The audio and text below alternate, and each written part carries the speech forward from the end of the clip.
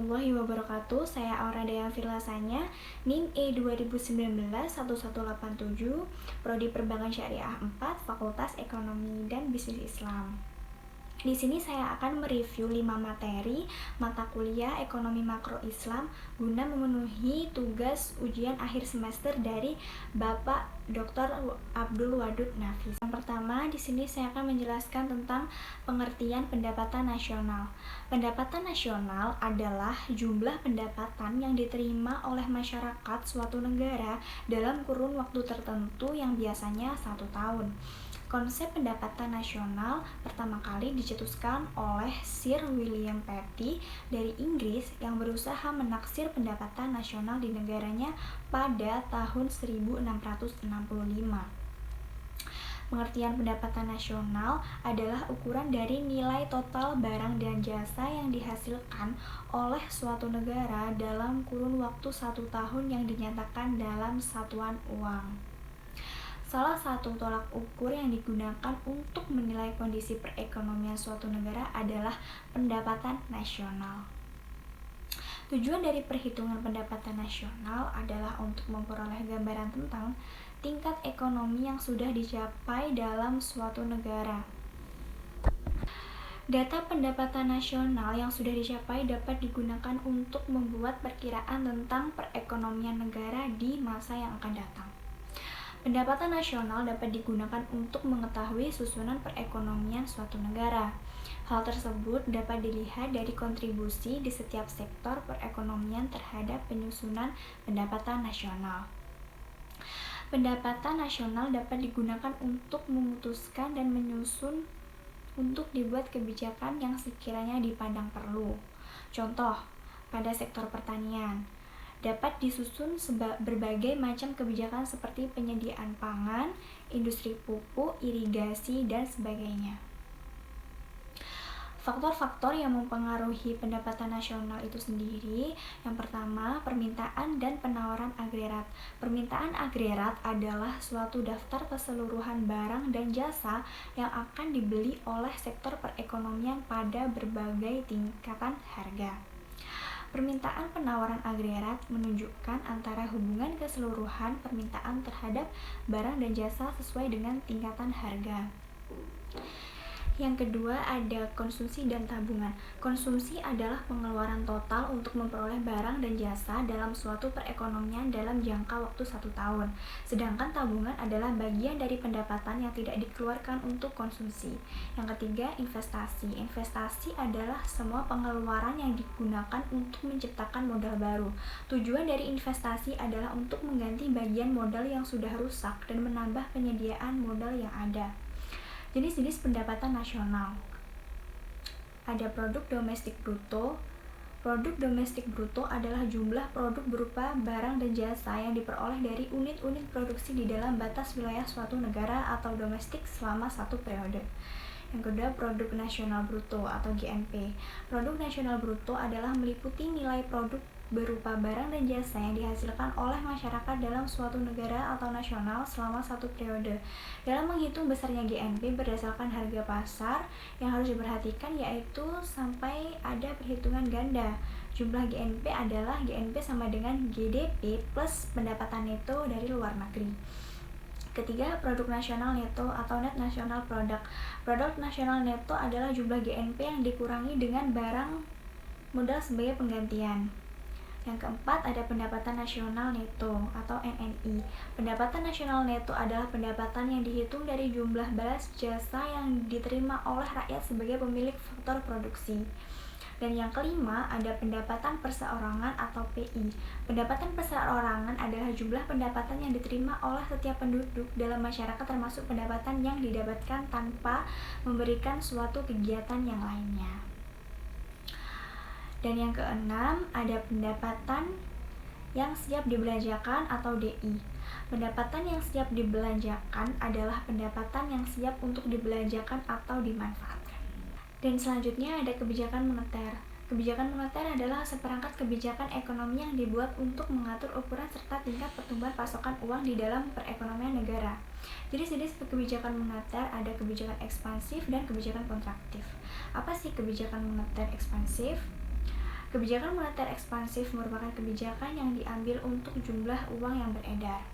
Kebijakan kontraktif adalah kebijakan untuk mengurangi jumlah uang yang beredar. Tujuan kebijakan moneter antara lain adalah yang pertama, mengedarkan mata uang sebagai alat pertukaran dalam perekonomian, menjaga kestabilan harga, menjaga kestabilan ekonomi, meningkatkan kesempatan kerja, memperbaiki neraca perdagangan kerja masyarakat, distribusi likuiditas yang optimal, mempertahankan keseimbangan antara IS dan LM, dan yang terakhir pertumbuhan ekonomi dan pemerataan pendapatan instrumen kebijakan moneter. Yang pertama, kebijakan operasi pasar terbuka, kebijakan diskonto, kebijakan suku kas, kebijakan kredit ketat, kebijakan dorongan moral, dan yang terakhir penyesuaian tingkat suku bunga. Beberapa mazhab instrumen kebijakan moneter dalam ekonomi Islam. Yang pertama ada mazhab iktisyaduna, tidak diperlukan untuk melakukan kebijakan moneter. Yang kedua ada mazhab mainstream atau memaksimalisasi alokasi sumber daya untuk kegiatan produktif, melarang praktek penumpukan uang. Instrumen kebijakan moneter dalam ekonomi Islam. Yang pertama nisbiyatul ihtiyati, yang kedua iknal al-ma'wi, yang ketiga nisbatul ikrot, yang kedua idatul sanadah, yang kelima ada asyakwal islamiyah, yang keenam islamik suku, yang ketujuh al-istishar al-hukumi, dan yang kedelapan ada adatur tasdid. Selanjutnya ada kebijakan fiskal dalam perspektif ekonomi Islam. Pengertian kebijakan fiskal adalah kebijakan yang dibuat pemerintah untuk mengarahkan ekonomi suatu negara melalui pengeluaran dan pendapatan pemerintah. Kebijakan fiskal berbeda dengan kebijakan moneter yang bertujuan menstabilkan perekonomian dengan cara mengontrol tingkat bunga dan jumlah uang beredar. Berikutnya ada tujuan kebijakan fiskal, yaitu mencapai kestabilan perekonomian nasional, memacu pertumbuhan ekonomi, mendorong laju investasi, membuka kesempatan kerja yang luas, mewujudkan keadilan sosial, dan sebagai wujud pemerataan dan pendistribusian pendapatan, mengurangi pengangguran, menjaga stabilitas harga barang dan jasa agar terhindar dari inflasi. Ada pula jenis kebijakan fiskal. Yang pertama, kebijakan ekspansif. Kebijakan fiskal ekspansif bertujuan untuk mendorong ekonomi dan menghindari resesi, sementara kebijakan fiskal kontraktif biasanya dirancang untuk mengekang inflasi yang cepat. Yang kedua, ada kebijakan kontraksional. Kebijakan kontraksional dilakukan dengan memotong pengeluaran negara dan meningkatkan pajak. Komponen kebijakan fiskal. Yang pertama, kebijakan perpajakan. Kebijakan perpajakan merupakan salah satu kebijakan yang diberlakukan dalam menentukan fiskal polisi. Pajak merupakan salah satu sumber pendapatan pemerintah yang terbesar baik dari pajak langsung maupun pajak tidak langsung. Penetapan kebijakan ini bertujuan menjaga pajak progresif melalui keputusan pemberlakuan pajak. Yang kedua, kebijakan pengeluaran. Kebijakan yang berkaitan dengan pendapatan dan pengeluaran modal dalam negara diatur dalam kebijakan pengeluaran. Pengeluaran modal dilakukan untuk berbagai bidang seperti pendidikan, kesehatan, dan sebagainya, serta membayar kewajiban negara beserta bunga internal maupun eksternalnya. Yang ketiga, kebijakan investasi dan disinvestasi. Agar pertumbuhan ekonomi berada dalam keseimbangan, maka optimalisasi investasi harus ditingkatkan. Pada beberapa tahun belakangan ini, arus modal internasional semakin meningkat dan memberikan dampak yang cukup besar. Melalui arus modal internasional, ekonomi domestik dapat diintegrasikan secara baik dengan ekonomi global. Yang keempat, pengelolaan utang atau surplus. Apabila pendapatan yang diterima oleh pemerintah lebih besar daripada anggaran yang dihabiskan, maka negara tersebut mengalami surplus. Namun, jika terjadi kondisi sebaliknya, maka negara tersebut mengalami defisit atau kerugian. Pembiayaan terhadap defisit atau kerugian dilakukan dengan melakukan pinjaman dari pihak asing atau dengan mencetak uang. Instrumen kebijakan fiskal. Yang pertama, anggaran belanja seimbang, pembiayaan fungsional, anggaran defisit atau kebijakan fiskal ekspansif. Yang keempat, ada anggaran surplus atau kebijakan fiskal kontraktif. Yang kelima, kestabilan anggaran otomatis. Yang keenam, pengelolaan anggaran fungsi kebijakan fiskal. Mengoptimalkan penggunaan SDA dan SDM karena sumber daya merupakan salah satu komponen penting yang harus ada dalam sebuah negara. Ciri-ciri kebijakan fiskal ekonomi Islam. Yang pertama, pengeluaran negara dilakukan berdasarkan pendapatan, sehingga jarang terjadi defisit anggaran. Yang kedua, sistem pajak proporsional. Pajak dalam ekonomi Islam dibebankan berdasarkan tingkat produktivitas. Misalnya kharaj, besarnya pajak ditentukan berdasarkan tingkat kesuburan tanah, metode irigasi maupun jenis tanaman. Yang ketiga, penghitungan zakat berdasarkan hasil keuntungan bukan pada jumlah barang. Misalnya, zakat perdagangan yang dikeluarkan zakatnya adalah hasil keuntungan, sehingga tidak ada pembebanan terhadap biaya produksi. Selanjutnya adalah peran dan fungsi bank sentral. Bank sentral merupakan lembaga yang memiliki peran penting dalam perekonomian suatu bangsa, terutama di bidang moneter, keuangan, dan perbankan. Sehingga oleh karena itu, bank sentral menjalankan tugasnya berdasarkan garis-garis pokok kebijaksanaan yang ditetapkan oleh pemerintah.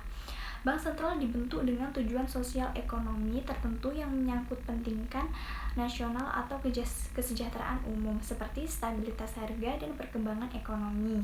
Dan di sisi lain, dalam suatu sistem perbankan, ketiadaan koordinator dan reguler yang tidak berpihak akan mengakibatkan bank-bank tidak dapat melaksanakan operasinya secara efisien. Oleh karena itu, bank sentral dapat melaksanakan pengawasan terhadap kebijakan moneter oleh bank-bank dan untuk mengawasi serta memimpin seluruh sistem perbankan.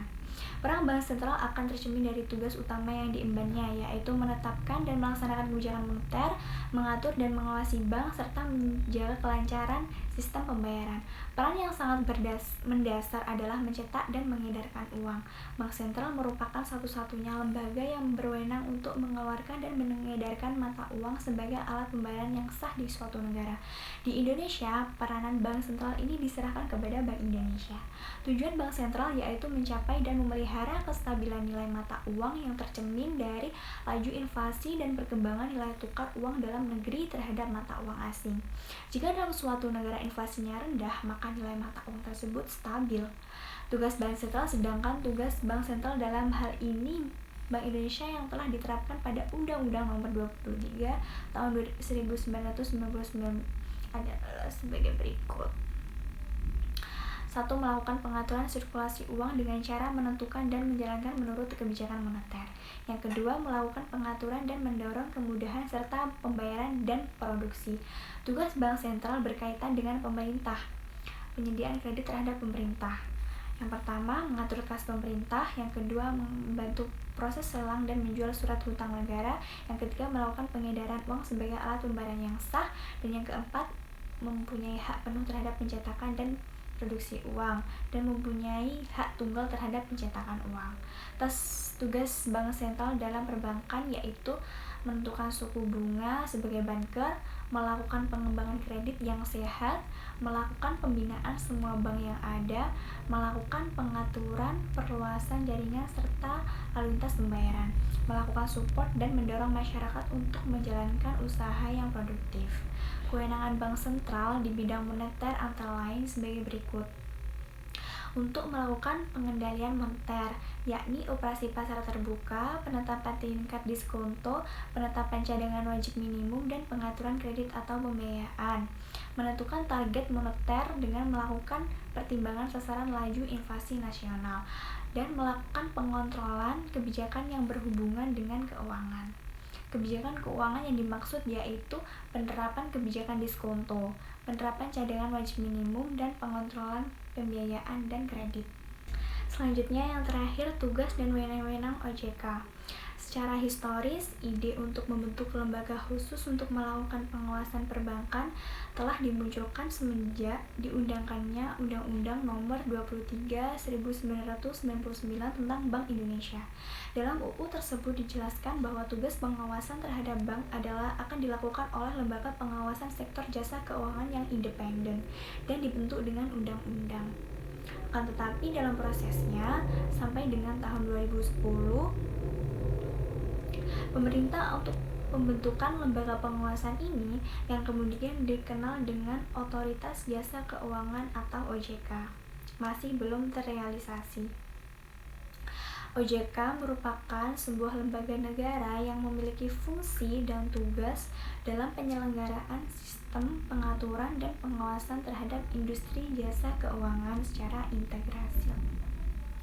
Menurut Undang-Undang Nomor 21 Tahun 2011 Bab 1 Pasal 1 Ayat 1 yang dimaksud dengan OJK adalah lembaga yang independen dan bebas dari campur tangan pihak lain yang mempunyai fungsi, tugas, dan wewenang pengaturan, pengawasan, pemeriksaan, dan penyidikan. Yang ada dalam pengawasan OJK yaitu yang pertama ada perbankan, yang kedua pasar modal, yang ketiga asuransi, yang keempat dana pensiun, dan yang kelima lembaga pembayaran dan jenis lembaga keuangan lainnya. Adapun tujuan utama pendirian OJK adalah pertama, meningkatkan dan memelihara kepercayaan publik di bidang jasa keuangan. Yang kedua, menegakkan peraturan perundang-undangan di bidang jasa keuangan. Yang ketiga, meningkatkan pemahaman publik mengenai bidang jasa keuangan. Dan yang keempat, melindungi kepentingan konsumen jasa keuangan. Otoritas Jasa Keuangan atau OJK dibentuk dengan tujuan agar keseluruhan kegiatan di dalam sektor jasa keuangan terselenggara secara teratur, adil, transparan, dan akuntabel, mampu mewujudkan sistem keuangan yang tumbuh secara berkelanjutan dan stabil, dan mampu melindungi kepentingan konsumen dan masyarakat. Adapun asas dalam OJK ada 7, antara lainnya yaitu yang pertama asas independensi, bahwa OJK melaksanakan tugasnya sesuai dengan peraturan perundang-undangan.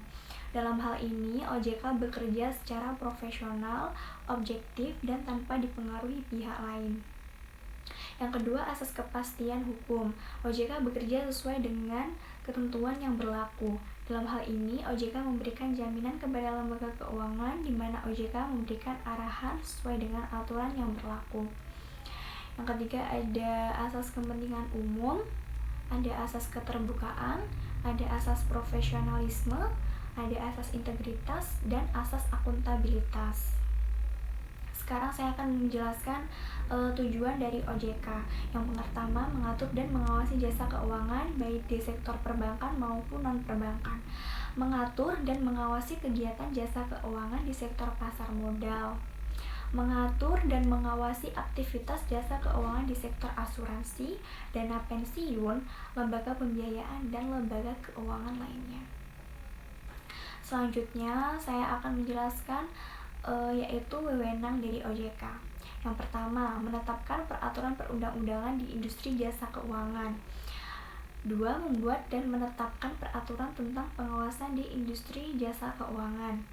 3. Membuat dan menetapkan kebijakan tentang pelaksanaan tugas OJK. 4. Mengatur tentang tata cara penetapan pengelola statuter di lembaga keuangan. 5. Mengatur tentang struktur organisasi dan infrastruktur serta pengelolaan kekayaan dan kewajiban. 6. Membuat dan menetapkan peraturan tentang cara pemberian surat sanksi berdasarkan peraturan perundang-undangan yang berlaku di sektor jasa keuangan. 7. Membuat dan menetapkan kebijakan mengenai tata cara pengawasan terhadap industri jasa keuangan. 8. OJK dapat melakukan pengawasan, pemeriksaan, penyidikan, dan perlindungan konsumen dan tindakan lain terhadap industri jasa keuangan. 9. Memberikan sanksi administratif kepada pihak yang melanggar peraturan perundang-undangan di sektor jasa keuangan. 10. OJK berwenang memberikan dan mencabut izin usaha, pengesahan, dan penetapan lain dalam peraturan perundang-undangan di sektor jasa keuangan. Dan review materi dari saya. Apabila ada kesalahan kata, mohon maaf. Terima kasih. Wassalamualaikum warahmatullahi wabarakatuh.